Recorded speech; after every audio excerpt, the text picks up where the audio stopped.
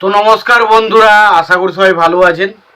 তো বন্ধুরা, এখন যে ছবিটার বিষয়ে কথা বলবো সেই ছবিটার নাম হলো করণ অর্জুন, যেটা রিলিজ করেছিল 1995 সালে এবং ছবিটার পরিচালকের দায়িত্ব ছিলেন হচ্ছে রাকেশ রোশন। তো এই ছবিটা আমার একজন সাবস্ক্রাইবার বন্ধু আমাকে এই ছবিটা রিভিউ করতে বলে। তো দেখুন, তাকে একটা কথা আমি পরিষ্কারভাবে বলতে চাই, এই ছবিটা হচ্ছে আমাদের বাচ্চাবেলার ইমোশন। এই ছবিটা আমি দেখে বড় হয়েছি এবং এই ছবিটা আমার প্রচণ্ড ফেভারিট একটা সিনেমা, যেটার নাম হচ্ছে করণ অর্জুন।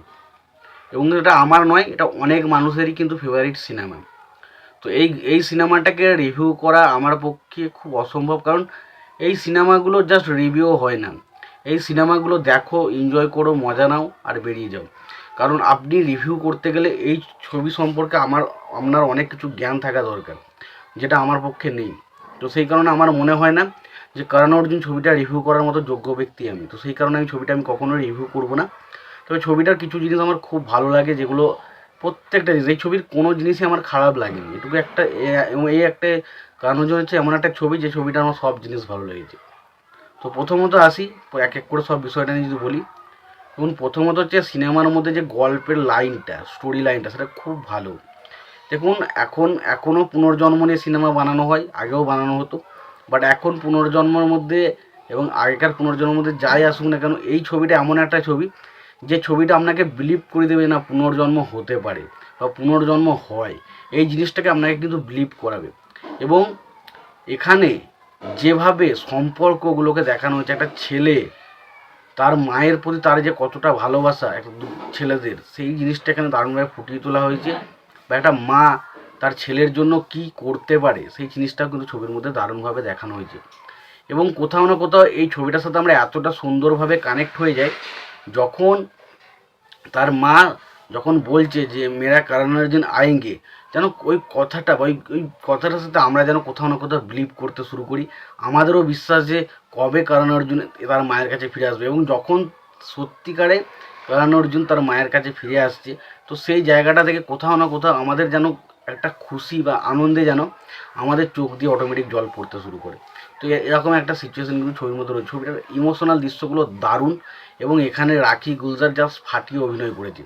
পাশাপাশি এখানে আমি সমস্ত কাস্টিং নিয়ে যদি কথা বলি, এখানে কাস্টিং হিসাবে রয়েছে শাহরুখ খান, সলমান খান, রাখি গুলজার, তারপরে ধরুন কাজল, তারপর ধরুন আরও রয়েছে অমরেশ পুরী সহ আরও অনেকের এই ছবি, জনি লেবার সহ অনেকে রয়েছে। ছবিটা বেশ ভালো একটা কাস্টিং নিয়ে ছবিটা তৈরি। তো দেখুন, এখানে অভিনয় নিয়ে কারো প্রসঙ্গে কোনো বলা যাবে না যে এ খারাপ করেছে, ভালো করেছে। প্রত্যেকের জায়গায় 1 ইঞ্চি জায়গা ছাড়েনি। প্রত্যেকের জায়গায় জাস্ট ফাটাফাটি।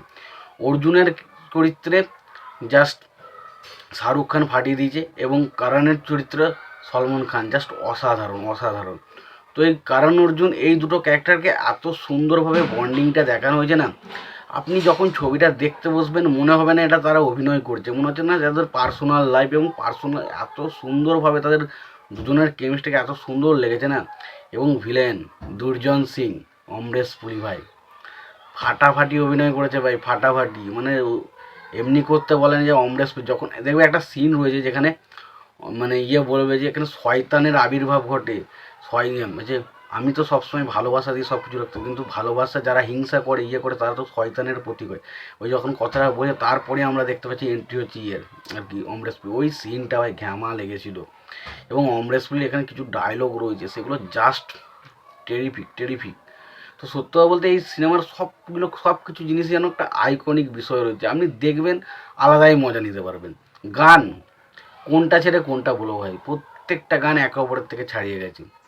তো এই ছবির মধ্যে যদি একটা বন্ধন, একটা মা ছেলের সম্পর্কের ভিত্তিতে গান দেখেন, সেভাবে এ বন্ধন তো প্যার কা বন্ধনের এই গানটা শুনুন, দারুণ লাগবে। যতবার শুনবেন ততবার ভালো লাগবে। বা আপনি যদি একটা আইটেম সং হিসেবে গুপচুপ গুপচুপ গুপচুপ এই গানটা শুনুন, দারুণ লাগবে। বা আপনি একটা একটা মিষ্টি সম্পর্কে ভাংড়া পালে আজা, বা রোম্যান্টিক সং হিসেবে জাতি হু মে জলদি হ্যাঁ কিয়া, এই যে গানগুলো প্রত্যেকটা গান একে অপরকে ছাড়িয়ে গেছে। বা হে মা কালী মায়ের সং হিসাবে যদি হে মা কালী এই গানটাকে শোনে। তো এক কথায় বলতে গেলে এই ছবিটা নিয়ে রিভিউ করার মতন আমার পক্ষে সাহস নেই। তবে এটুকু বলতে পারি, এই ছবিটা আজকে নয়, যতদিন সিনেমা ইন্ডাস্ট্রি বেঁচে থাকবে এই ছবিটা বেঁচে থাকবে।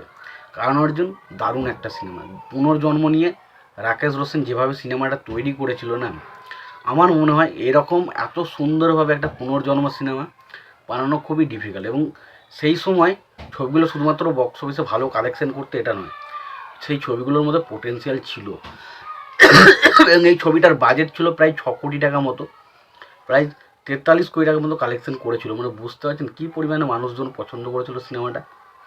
এবং সেই সময় ফিল্মফেয়ার অ্যাওয়ার্ডের প্রায় বেশিরভাগ অ্যাওয়ার্ডই কিন্তু জিতে নিয়েছিল এই কারণ অর্জুন ছবিটা, যেখানে আমরা সেরা অভিনেতা হিসেবে সলমান খানকে পেয়েছিলাম, সেরা পরিচালক হিসেবে রাকেশ রোশনকে পেয়েছিলাম, সেরা ফিল্ম হিসেবে কারণ অর্জুন পেয়েছিলাম, সেরা পার্শ্ব চরিত্র হিসেবে রাখি গুলজারকে পেয়েছিলাম, সেরা ভিলেন হিসেবে পেয়েছিলাম অমরেশ পুরী, সেরা কমেডিয়ান হিসেবে জনি লেবারকে পেয়েছিলাম। তো সত্যি বলতে অনেক অ্যাওয়ার্ড কিন্তু এই ছবিটা জিতে নিয়েছিল।